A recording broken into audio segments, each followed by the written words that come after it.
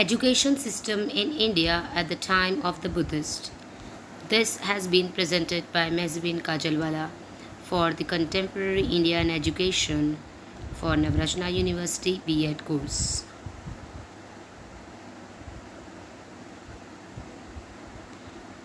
The period of Buddhism. The period of Buddhism, that is of Gautam Buddha, can be depicted from 1000 BCE, 700 BCE till 500 BCE. Here in the picture, it can be visible that Buddhism was stated around 563 BC in southern Nepal. Gautam Buddha's real name was Siddhartha Gautama, and he was born in 563 BC in southern Nepal. His parents were Hindu and father was a king. Buddhama left his home at the age of 29 for gaining spiritual awakening and enlightenment. His teachings now resulted into the Buddhism, or the new religion of the Buddhists.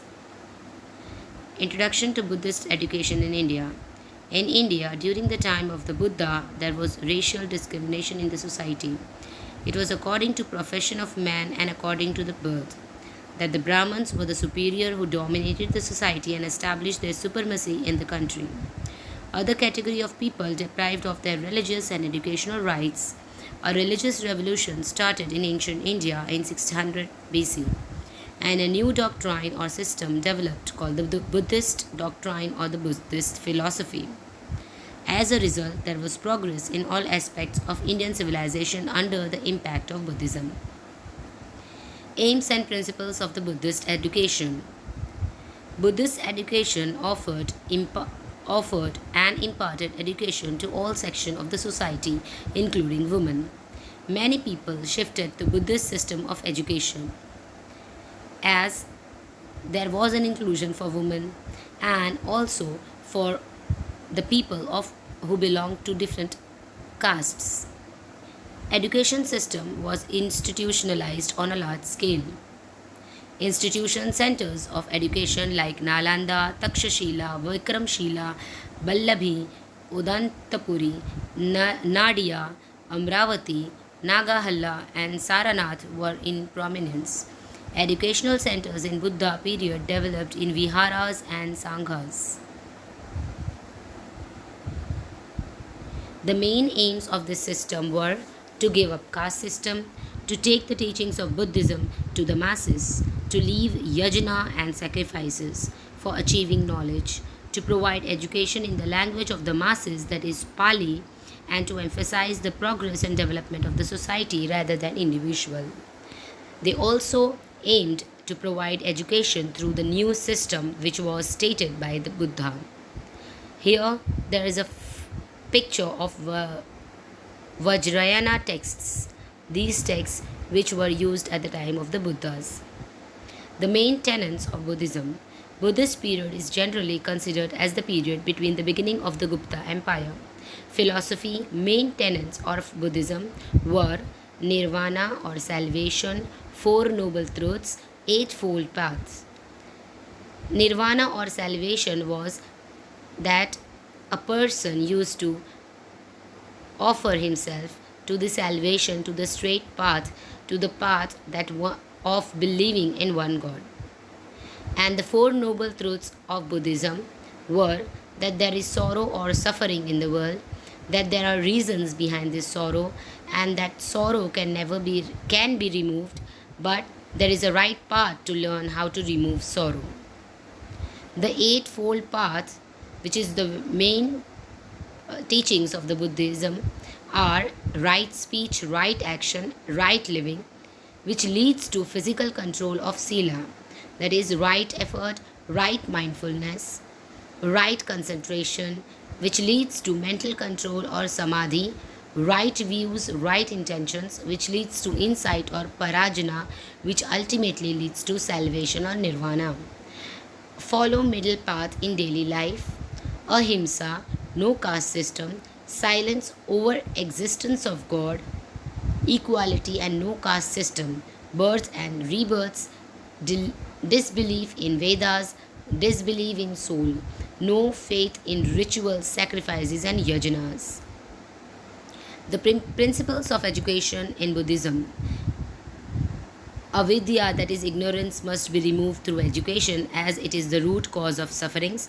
Education should be provided in peaceful surroundings in Buddhist monasteries, viharas, and organized educational institutions instead of gurukuls. Pupils should be educated in a democratic atmosphere. Things of luxury must be prohibited for students. Framed few commandments for the Suddhavi Harika, that is new entrant, or at the time of Pabaja or the ceremony, a ritual called as Pabaja ritual was necessary for admission to a monastery for education. The period for this phase was 12 years. After 20 years of age, Upasampada ritual was performed to gain an entry into higher education. Rules for second phase were also laid down. Curriculum of Buddhist education. Pabaja, first ordination. Upasampada, that is final ordination. The curriculum was chiefly spiritual in nature. The chief aim was to attain salvation. Study of religious books were most important. Suttanta, Vinaya, and Dhamma were the main subjects of study. Besides these, spinning, weaving, printing of the cloth, sketching, medicine, surgery, and coinage were the other subjects of Buddhist education. In primary education, emphasis were given on reading, writing, and arithmetic. The child was primarily educated in the knowledge of the alphabets, vowels, sandhis, or rules of combination. In the higher education, religion, philosophy, military science, medicines, and other difficult subjects were taught.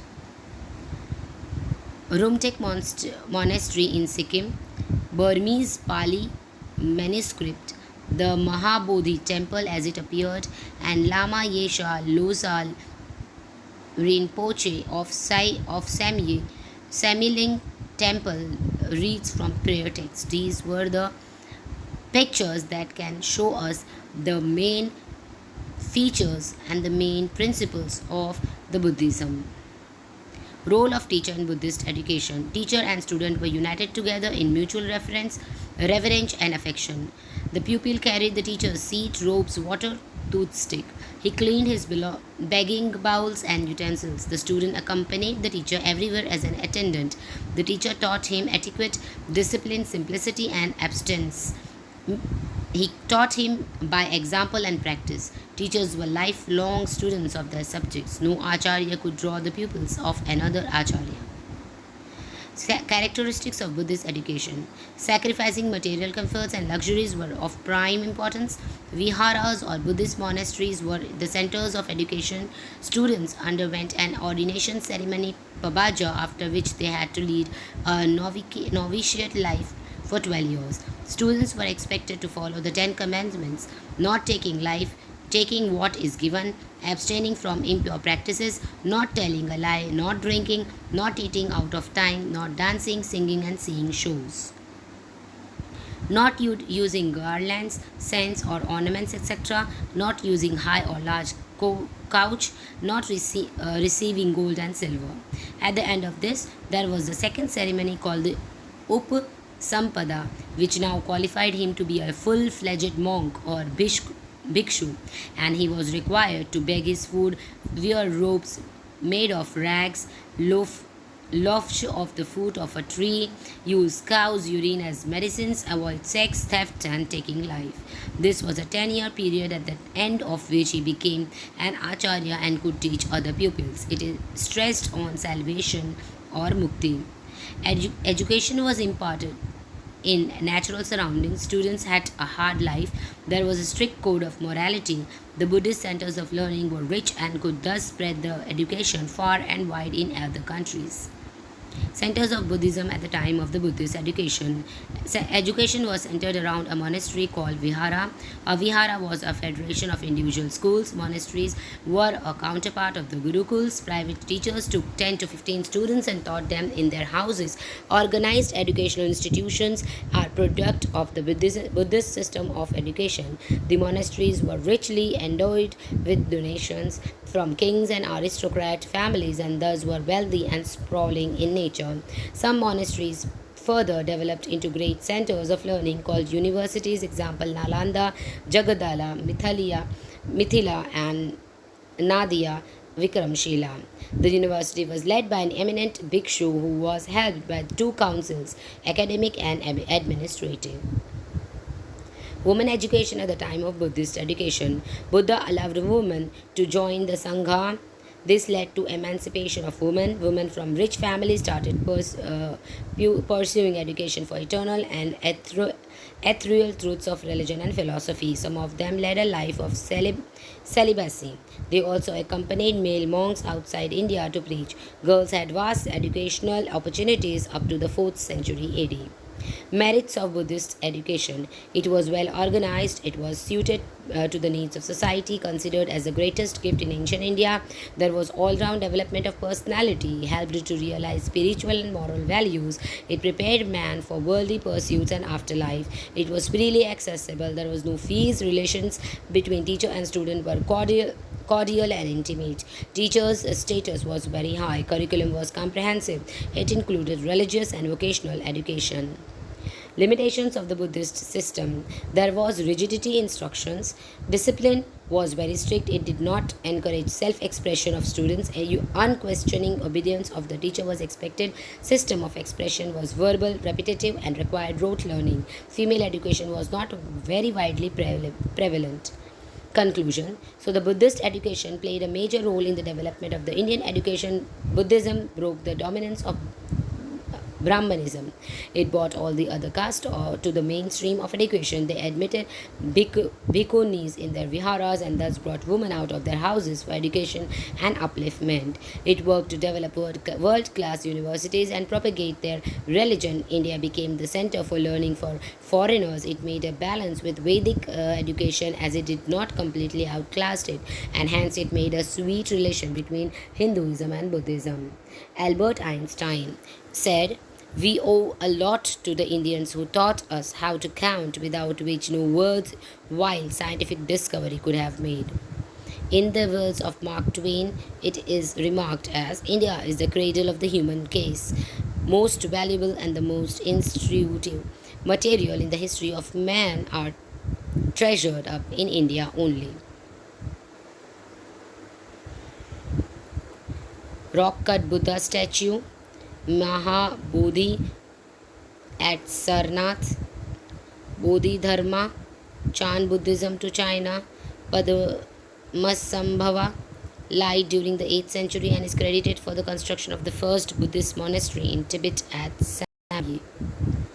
Early schools can be seen in the map, and ancient Buddhist monasteries near Dhamek Stupa monument site Sarnath. Thank you for watching and have a nice day.